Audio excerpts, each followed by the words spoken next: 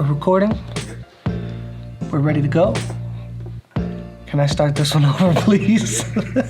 And today, we're going to be unbooking a book that was written by Stephen Covey. Unbooking! I'm going to be honest. Guys. I'm a little nervous. About doing this one. Because this may be my number one book of all time. And it's hard to just do an unbooking on a book that I love so much because I just want to talk about it. So we're going to have to do a podcast or something of this book.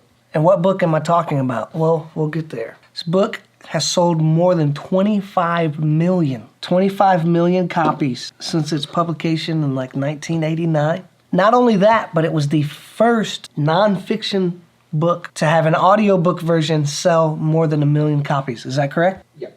Audio. This book is popular, to say the least. This book, I made a comment about another book that we unbooked.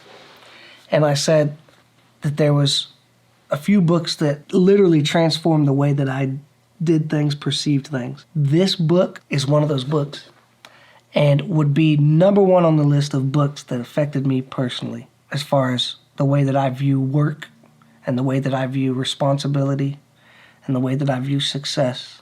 This book is definitely not number 7 on the list, but there is a 7 in the title. This book is number 1 on the list, and it is on the floor. So this book that had such a great effect on me, 7 Habits of Highly Effective People. I don't even want to do this unbooking. I'm going to be honest. I cannot talk about this book for 3 minutes. Want to talk about something else? Yeah. This is why I don't want to do an unbooking of it, because this book deserves a full-on conversation for hours on end.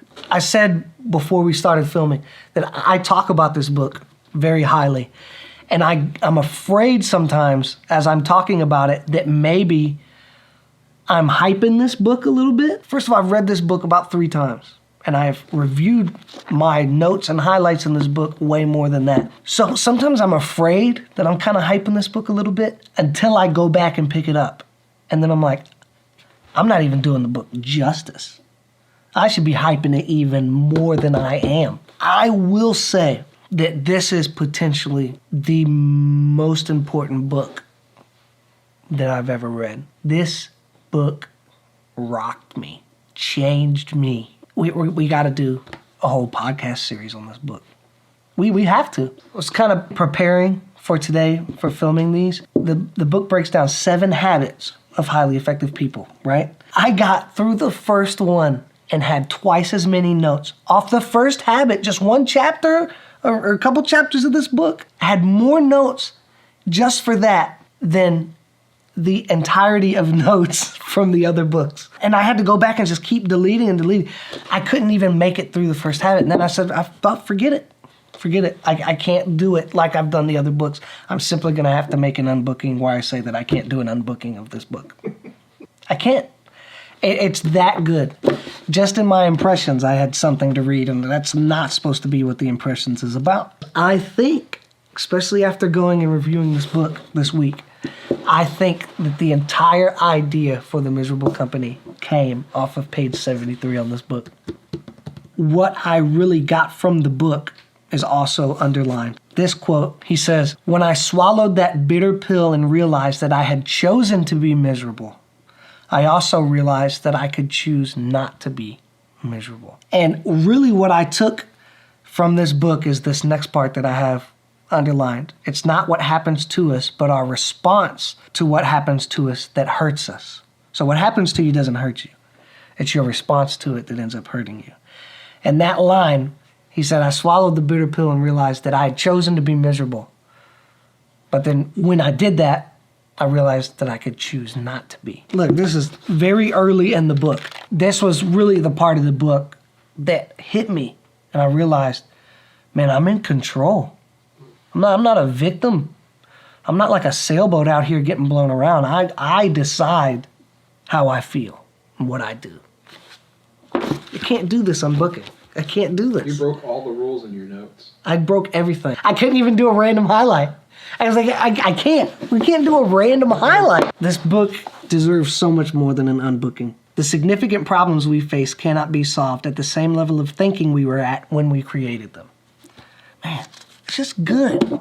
That's an Albert Einstein quote, but man, it's just good. It's just favorite quote. This is along the same lines as the miserable quote from a second ago. Until a person can say deeply and honestly, I am what I am today because of the choices I made yesterday, that person cannot say, I choose otherwise. Listen, I remember reading this book and going, it's just this deep level of responsibility. Until I can honestly say that I am in control of everything I'm in control of, then I can never really take control of it.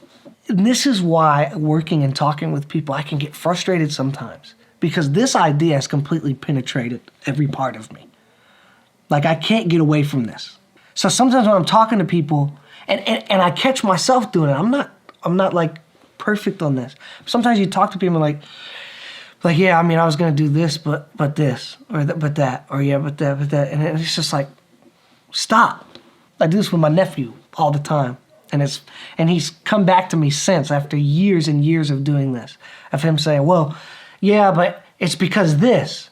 And I say, but couldn't you have affected that or changed it in a positive way so that it didn't do that? Is it really because of that? And he talks about inside out from the outside in, that until we start here, he talks about if you want to have a marriage that's a kind and understanding and enjoyable marriage, it doesn't start with your spouse, it starts with you. If you want to improve the relationship with your parent, then you have to be changed first. And that's the only way you can look at it, because you're the only thing that you can affect and control.